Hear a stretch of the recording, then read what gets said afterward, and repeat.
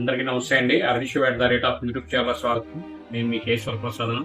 నేను మీకు ఈరోజు ఈ వీడియోలో మనలో కొంతమంది లైఫ్‌లో విసిగిపోయి ఈ జీవితం ఇంతేనా, ఒంటరి జీవితం అని బాధపడుతుంటారు. వారి కోసం విశ్లేషణగా ఈ వీడియోలో కొన్ని విషయాలను తెలుసుకుందాం.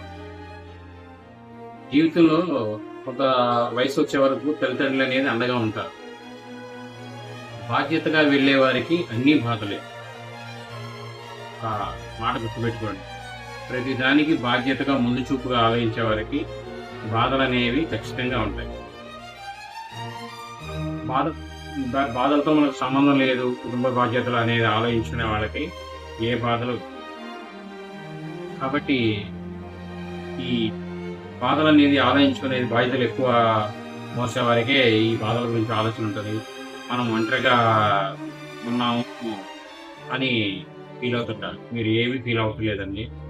ధైర్యంగా ఉండండి. ఎందుకంటే మనిషికి ఒంటరితనం అనేది మొండితనాన్ని నేర్పుతుంది. ఆ జీవితంలో ఎన్నో తడవలు పడ్డారు.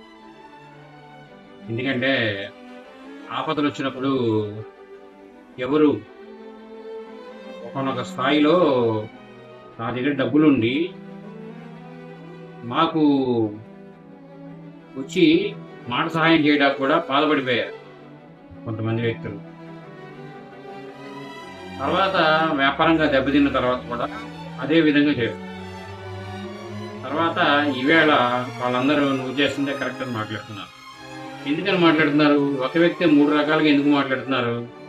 మనం ఒకటే విధంగా నిలబడ్డాం కాబట్టి. మన జీవితంలో ఒకటే విధంగా నిలబడాలి. అంటే ఏంటంటే ఒక లక్ష్యం. మీరు, మీ పిల్లలు ఉన్నారు.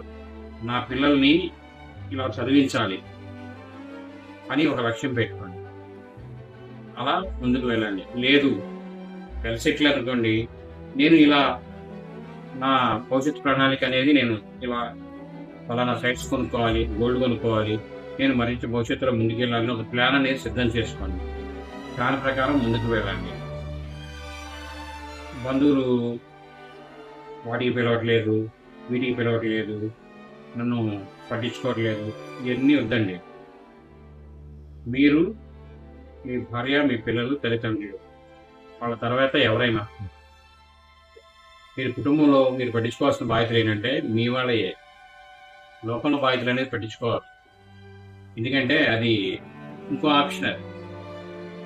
అది మనం ఈవేళ ఉన్న సమాజంలో మనం ఎంతో ఒక పద్ధతి ప్రకారం ప్రణాళికగా ముందుకు వెళ్తే కానీ మన పిల్లలకి మంచి భవిష్యత్తు అనేది ఇవ్వలేరు.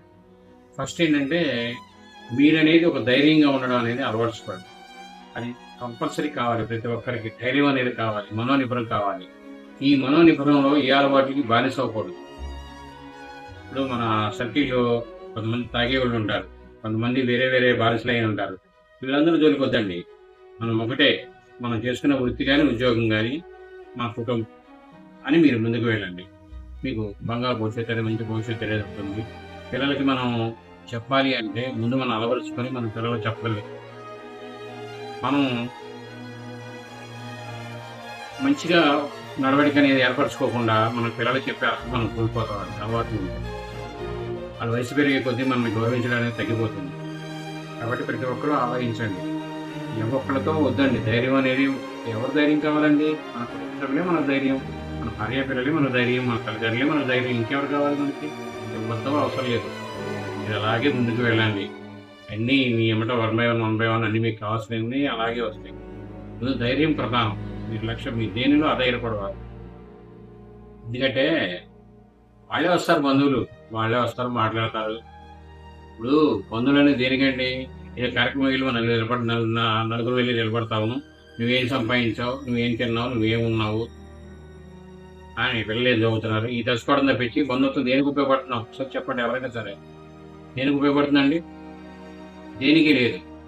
పోయిన తర్వాత పారేయడానికి ఎవరైనా పారేస్తారు. పోయిన తర్వాత బతుకుండగా పలకరించేవాళ్ళు ఎవరున్నారండి? పలకరించేవాళ్ళు ఎవరు ఉండరు, ఎవరు రారు కూడా. తిన్నావా, మిమ్మల్ని తిన్నారా అని అడిగేది ఎవరు అడగరు. ఇంట్లో తల్లిదండ్రులు తప్పించి అయ్యా తిన్నావా అని. మీరు తినలేదని వడ్డించేది భార్య తప్పించి ఇంకెవరు కాదు. ఒకరితో వద్దండి, ఎవరితో వద్దు. మీ సంసారం మీ బాధ్యత. ఇతరుల విషయాల్లో తలదూర్చద్దు. ఇతరుల కుటుంబ విషయాల్లో తలదూర్చొద్దు. మీరు ప్రశాంతంగా మీ జీవన విధానం అనేది అలవరుచుకొని మీరు ఏ కమ్యూనిటీ అయినా అవనియండి, హిందూ, ముస్లిం, క్రిస్టియన్ ఎవరైనా అవనియండి, వారి వారి దేవుళ్ళ పట్ల నమ్మకం ఏర్పరచుకోండి. పూర్తిగా నమ్మిక ఉంచి హిందువులైనా, ముస్లిమ్స్ అయినా, క్రిస్టియన్స్ అయినా ఎవరైనా సరే ఉండి వారం వారం ఒక దేవాలయానికి వెళ్ళడం, పిల్లలను కూడా అవకాశం తీసుకొని వెళ్ళడం, అలా ఒక మంచి మాట మనం అలవాటు చేసుకొని మన వెనక వాళ్ళు నడిపించాలి. ఆ గైడెన్స్ అనేది మనం ఇవ్వాలి, మన పెద్దలు మనకి ఇచ్చినట్టు. అందుకని మీరు అధైర్యపడవద్దు, ఏ అలవాట్లకి బానిసలు కావద్దు, ధైర్యంగా ముందుకెళ్ళండి. మీ భవిష్యత్తు మీకు సిద్ధంగా ఉంటుంది, మీ పిల్లల భవిష్యత్తు కానీ మీకు కానీ హ్యాపీ లైఫ్. ఎందుకంటే ఇది నా స్వానుభవంగా నేను మీతో చెప్పిన కొన్ని మాటలు నాకు ప్రతిబింబంగా ఉంటుంది. కాబట్టి ఏంటంటే మీరు ఎవరు అధైర్యపడవు, ధైర్యంగా ఉండండి. ప్రతిరోజు భగవంతుని కలుసుకోవడం, ముందుకు వెళ్ళాం. తల్లిదండ్రులు చక్కగా చూసుకోవడం, భార్య పిల్లల్ని చక్కగా చూసుకోవడం, ముందుకు వెళ్ళండి. వారానికి ఒకసారి దేవాలయానికి వెళ్ళండి ఫ్యామిలీతో, లేదా కుదరకపోతే సింగిల్గా.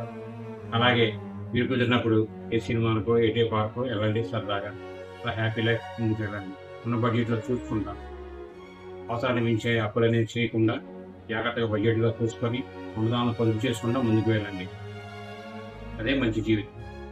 ఎందుకంటే ఏం జీవితం కావాలండి?